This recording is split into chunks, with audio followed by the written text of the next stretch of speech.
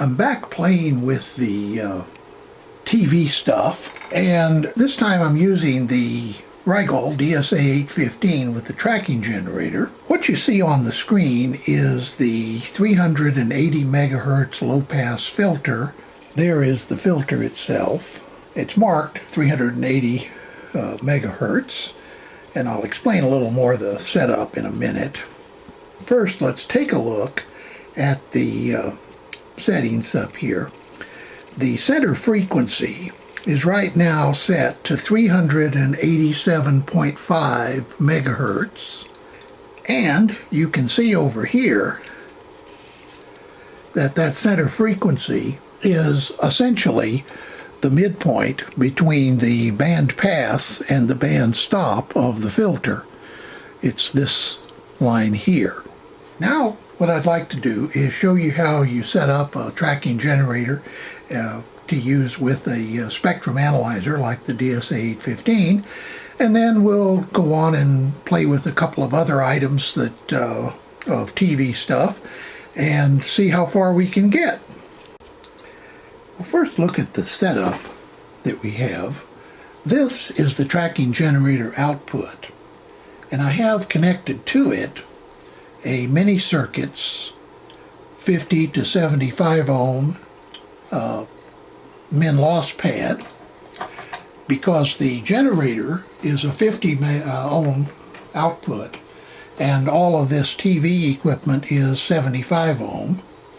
Similarly, down here I have the reverse, that is going back from 75 ohm back to 50 ohm, and then that up to the input to the tracking generator. You may notice I have removed the trap. In other words, this is just a straight through with the two pads and the coax cable. The next thing you do is you normalize the tracking generator. And the way you do that is to go to the TG menu, and down here there is a normalize. I hit that. Then up here it says normalize on or off. I'm going to turn it off and then back on, and you'll notice that it has normalized. In other words, it has adjusted for the frequency nonlinearities in this system, so that the system is, the cables, the loss pads and so on, are essentially flat. Now we will insert the trap, and when I get all of the connections tightened up, you see the display that we opened with. That is the 380 megahertz low pass.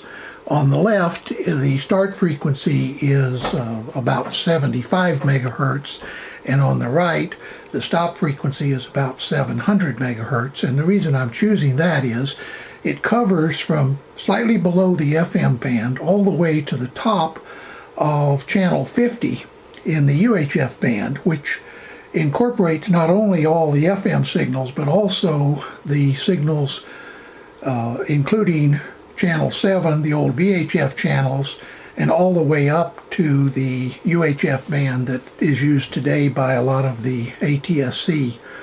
Now let's try something else. I think in this case we're going to try an amplifier. I've now connected an inline amplifier that should have a band pass from 5 megahertz to 900 megahertz. So let's take a look first at the response with no power applied to the amplifier. And by the way, I have already checked the amplifier output to make sure that it is not producing any voltages that will harm the DSA815. And this is something you should always do before you plug in the input. You should measure the DC and AC voltages there to make sure that you're not exceeding the limits.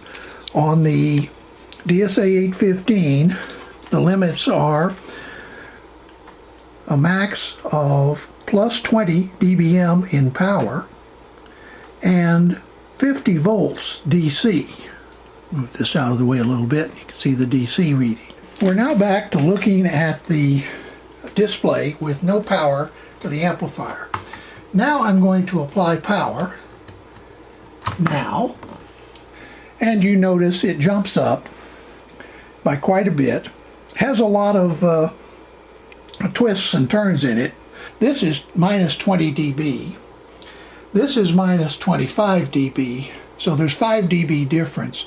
So the amplifier is relatively flat from 70 megahertz all the way out to 700 megahertz within 3 or 4 dB. That, by the way, is about as good as you're going to get with low-cost equipment. So one of the things I wanted to find out is whether this amplifier was still working, and if so, is it still producing reasonably good amplification over the ATSC band. So I'm happy to report that this amplifier still seems to be working and reasonably flat for a home device. So now let's take a look at another one. Now I've inserted a 20 dB inline amplifier that should have a rating from about 430 megahertz to 1450 megahertz. There is on this end of the amplifier a DC block, and that is to block any DC coming from the amplifier from going back into the output of the tracking generator. So this is the frequency response with no power applied to the amplifier. And now we will power it up, and you'll notice it has a significant dip in its response. This is the low band, remember, 70 megahertz here. So it passes some of the old low band signals, these, although it does attenuate them compared to the UHF. And then there appears to be a trap, and then the response kicks up pretty well.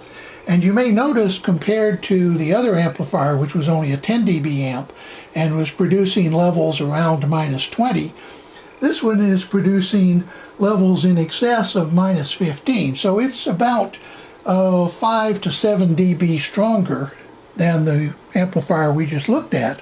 But I just wanted to verify that this amplifier is still producing a fairly good frequency response and fairly good gain, and it is. Now I've connected up this amplifier, very, very old amplifier. I don't know when I bought this, but I'm guessing 35 years ago. It's a model UVA25 VHF UHF FM amplifier. It has variable gain, and it has an FM trap that you can turn on and off. But nonetheless, we'll turn on the power, and you'll see we get a fairly nice response. If you remember, the 20 dB amplifier produced about minus 15 dB here. So this amplifier right now is producing about 20, the equivalent of the other 20 dB amplifier up to about here, and then it drops off a little, recovers some, but nonetheless it's fairly flat. Now what I'm going to do is I'm going to vary the gain. So here is minimum gain.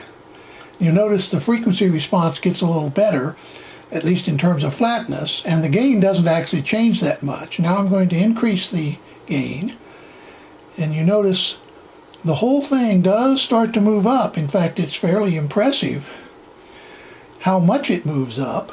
It looks like from minimum gain, which is about minus 17 dBm, to maximum gain, which is about minus 5 or so dBm, we're getting about a 12 dB shift in the gain of the amplifier, and out to 700 megahertz it's still producing some significant gain.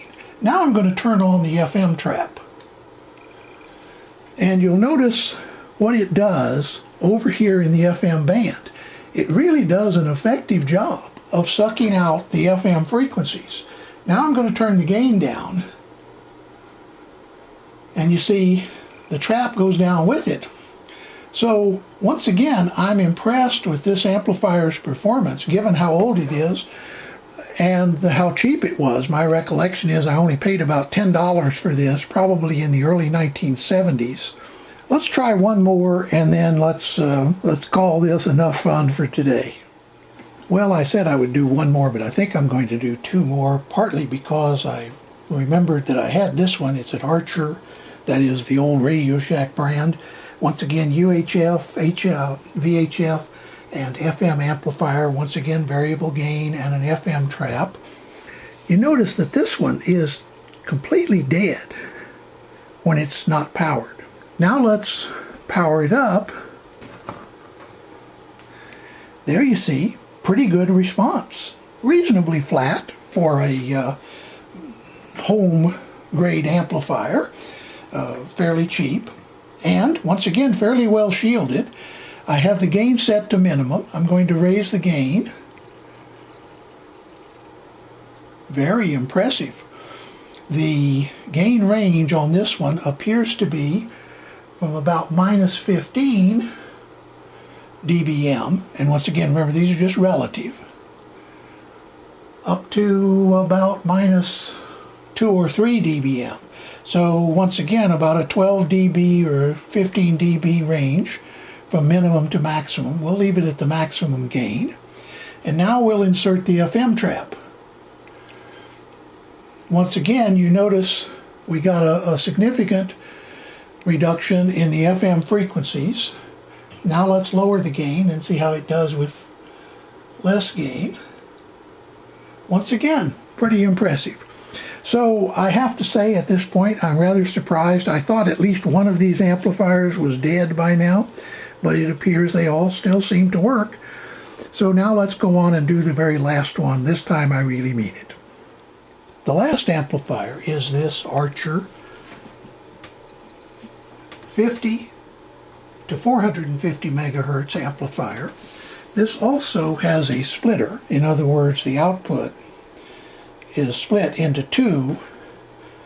I've of course checked no DC levels, no high power levels coming out. The purpose of the split is so that you can power to or feed signals to two different devices, like two TVs or a TV and a VCR, things like that. Here's the response with no power applied. Remember, this is a 50 to 450 megahertz, so we would expect that the frequency response would start out fairly good at 70 megahertz, which is above the band limit of this, and then would extend well out to about 450 megahertz and then begin to fall off. So let's see if that happens. Power. And that's exactly what we get. You'll notice it's writing about minus 25 and comes up to about minus 20 dBm. Take the power off, it goes back down to just mostly noise, which is, by the way, the noise is at about minus 50 dBm. So in other words, this is providing a little over 25 dB of gain, and it appears to be relatively flat over its specified bandwidth. So once again, just having some fun with some old TV devices, partly to sort out the good from the bad, and so far all have been good. So once again, hope you enjoyed this. I realize it may have been repetitive, maybe even boring, but at any rate, thought I might put this together as a little bit more weekend fun with TV stuff.